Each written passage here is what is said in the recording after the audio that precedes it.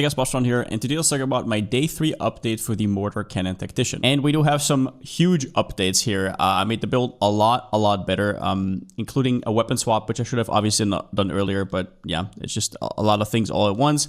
And also a new unique helmet that is kind of like a chase item. I made a video about it, but we'll go over it in this video as well. Overall, I've now pushed the build into tier 15s. I am not really dying anymore. I think I'm currently level 91. Yeah, I'm currently level 91. So I'm doing plenty well. I'm farming huge abyss maps yeah, all the small updates we're gonna go over here. Now I will do a quickie map right here. I don't remember what Slick was, but let's just throw it in, little tier 15, just to show you where we're at. I have a new explosive shot set up with Fork and Arrow Nova, which I'll go over in this video. But yeah, I won't show you the full map, but just real quickly how the playstyle has changed and how the extra movement speed impacts it. So you can see now that my explosive shots fly all over the screen, which means that it even clears behind me, and it just basically explodes all the grenades on the screen. So there's way less stragglers, and you're not as reliant on your totems to, I don't know, hit in the correct spot.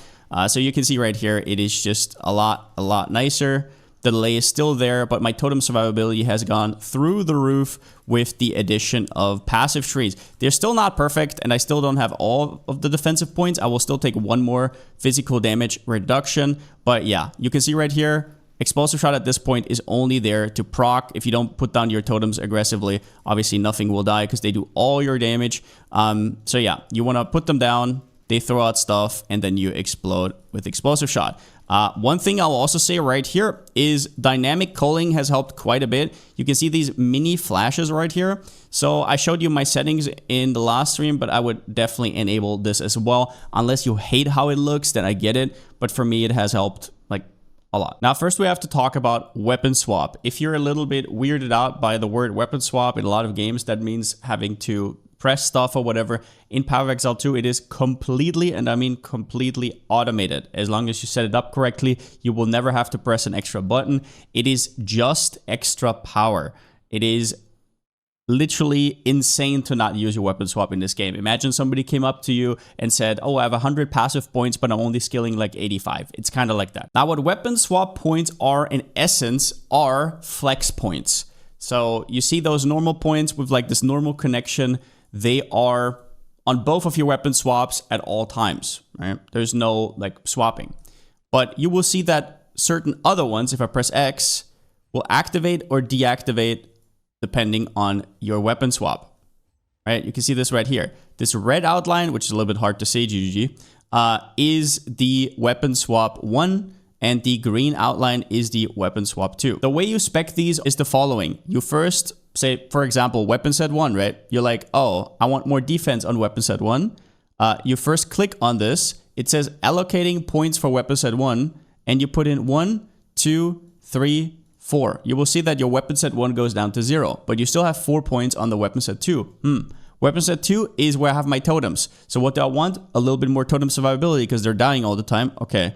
Weapon set 2, boom, 1, 2, 3, 4. Done. 0, 0, 0. That's all there is to it. There's a few constraints though. You cannot take jewels on any weapon swap points. So you have to have an outline already with normal points and then allocate specialized stuff along the way. You also cannot take keystones. So that also has to be in there. Something that has helped me to see my weapon set points is to just type in some, I don't know, nonsense, and yeah, something that makes no sense in the search bar, so everything kind of goes dark, and then you can see the red outlines way easier and the green outlines as well. Now, why is this so broken? If you look at my current setup, you will see that I have all my totem nodes on weapon set 2, or most of them, right? Obviously, I mean, if I had 50 weapon swap points, the build would be even better, right? So Witch Hunter is definitely an option. And yeah, the grenade stuff, I don't need while I'm shooting explosive shot, right? Like, I only need it when I actually put down my totems. And the point is, all these nodes actually snapshot no matter in which weapon set you are. So your totems always get this. You plop them down and they always get this. You can put down your totems, swap to explosive shot, and be hella tanky. So for example, if you look at my defense, I currently have 63, but I'm putting my totems down, right? I'm just putting my totems down, and then I shoot explosive shot, and all of a sudden I go up. Same thing happens to my movement speed. I don't need movement speed while I'm just plopping down my totems, right? But then I go explosive shot and I go move around. Now, in order for this to function correctly, you have to go to Mortar Cannon, boom. it will tell you down here, used with weapon set 1 or 2. Mortar cannon, put at weapon set 2. Make sure that your grenade is also weapon set 2. It can sometimes be buggy. Explosive shot has to be on weapon set 1. If you have any other utility grenades, you also put it on weapon set 2. Mirage Archer, we discussed last time, you want to put on weapon set... Is it on 1? Is it on 2? I'm not 100% sure. I think it does work, right? It should work. Just check. Yep, it does work. Okay. Weapon set 1 as well. Wind Dancer... Yeah, the rest doesn't really matter. And you can fine tune this as much as we want. I'm just playing. I'm sure there's like a few small mistakes here, so you can like fine tune this. For example, I want to take this physical damage reduction. I am now kept on Ellie Res, but I will say that Abysses do a crap ton of physical damage. So yeah, I would want this as well. But this has been a complete game changer for me. Like getting the extra defense on your totems has been absolutely game changing. And yeah, just this 20% PDR right here. The second big change is I got a Constricting Command with requires 5 fewer enemies to be surrounded. I made a full video about this, but the TLDR is surrounded is something that usually only happens if there's like a lot of mobs around you, but you can make it so it is always on. So even in my hideout, I get all the buffs because it needs 5 to work and it requires 5 fewer, so it requires 0. And the reason that's so broken is because of the passive tree. If you hover over these nodes, it's pretty goddamn crazy how strong they are, including the small nodes. So yeah, you want to take all of them other than Paranoia, and the armor nodes you probably also don't want. 100% increased damage, 10% movement speed, better dodge roll, right? Like deflection rating, illness stun threshold. I mean, it's just absolutely, utterly ridiculous. It's also quite expensive right now. Just the normal one costs around about 2 divines. Do note that the 5s are absurdly more expensive, but you have to remember you can divine up these, right? They go from 2 to 5. The other rolls don't really matter. So it's a 1 and 4. So if you're willing to take a little bit of risk, maybe get lucky, maybe get unlucky, you can get this for 5, 6 divines, right? Like, or maybe even less. But that's up to you.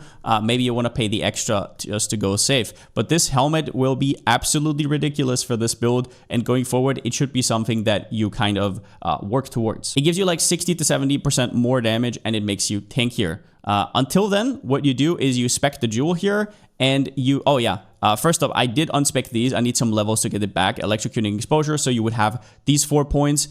You would go left side, jewel, and you would take some of these totem nodes, right? Totem damage, attack speed, and then take this attack speed for 12 in total. And then you can also go to the left side and grab like totem placement speed, totem damage. This one is 6% increased damage taken. I haven't tested the recoup yet. I don't know if this one's actually doing anything, but it's really good damage. So I guess if we factored in that you would take those points out and take it back in here, the helmet is probably more like 40-ish% more damage, but it also makes you tankier, right? Like these evasion numbers are just ridiculous, right? You get the 20% armor evasion. I haven't even filled in the last one. This node here is absolutely ridiculous. I'm already thinking about like what builds could make this work. But yeah, I mean, yeah. I know it's expensive. I don't know what to tell you. This item is broken. And the last big change that you will have noticed while mapping is I redid my explosive shot supports. And now I have a 6-link, which you don't need for this new setup. Just take out the magnified area. But streamlined rounds still in. Wrath of the Soul I talked about in the last video. But now we have 2 new supports. Instead of scatter shot and, I don't know, martial tempo, we now have Nova projectiles. This makes it so that your projectiles fly, like you have all these projectiles and they fly out in the Nova. The thing I didn't know about the support is that your initial projectile, it doesn't randomly spread them out. You still get your initial projectile always on your cursor. So it's functionally still the same and reliable, but you have to think about like your totems, right? You put down your totems and they just start firing at whatever they see, but that's not always where you want them to be. But if you just randomly hit explosive shots all over the screen, there's a 99% chance that you're going to hit all the grenades that they have, and the amount of explosions you're going to get is crazy, and all the stragglers are also getting killed. So this is an absolute no-brainer. And then I tried a few different setups. This one is a little bit of a flex slot. Whatever you want. Fork works the best for me personally. Remember that the damage doesn't matter on this skill. It's just there to blow up grenades. And magnified area at the end, 45% ink AoE is very nice. What I want to do eventually, by the way, is I actually want to path up here and connect here. Respec these 2 nodes, and then maybe take Prime to explode, since we're now on this thing where explosive shot is just there to explode stuff. 40% ink AoE could make this even nicer and smoother, but that will come with more level. I'm currently level 91. Other than that, I'm gonna quickly hover over my gear. First up, I still have the crossbow that I used on day 1, which is going to be my next project. Next video, we're gonna talk all about crafting a uber crossbow. Still has carried me up to this time. Valakos, I have some new rings, but there's nothing exciting here. These are all self-made, basically. I don't know what to say. It's so goddamn easy with greater orbs, greater transmutes, with essences. All of this is like self-found. My boots are really bad at this point. I definitely want 35%ers. This is still the same, right? Nothing has changed. My idols, I've been really neglecting. Next video, we're going to talk about that. The passive tree you've already seen. Let me check if there's anything new. I guess I took a glancing deflection, which is just a ridiculous note. I feel very, very tanky. Barely die. On one of my weapon swaps, I now got spring hair, which gives you 20% chance to lucky damage, which stacks with this. Some movement speed here on the way. Enduring deflections are really strong. Do not take avoiding deflection. I don't think this is worth it at any stage of the game. It makes it so instead of 40% less, it's like 35% less from deflection. And other than that, yeah, do your weapon swap correctly and you're gonna feel the extra power. Gem setup wise, I don't remember if I had a 6-link in the last video, but I got lightning attunement on the last one. There is like the support that we talked about that I want to get eventually, that I don't have right now. I don't think anything else changed. We'll take grenade, isn't really that important, right?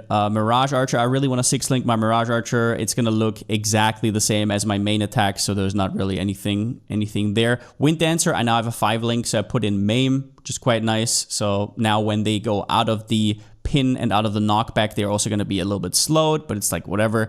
I put some extra precision here. I don't know if it actually matters, but I was a little bit alarmed by the 30% reduced accuracy. This is something I will remove once I have a tame beast, which is probably going to be what I'm going to be doing next. Warbender, the Resto's Passion, super cheap. Just get this and plop it down at bosses or abysses, and clarity for a little bit of mana regen. As for next upgrades, that's going to be my crossbow. My crossbow, like I said, is still the one from day 1, and I can more than double it with abyss crafting. We're going to talk all about that in the next video, so I'll upgrade that.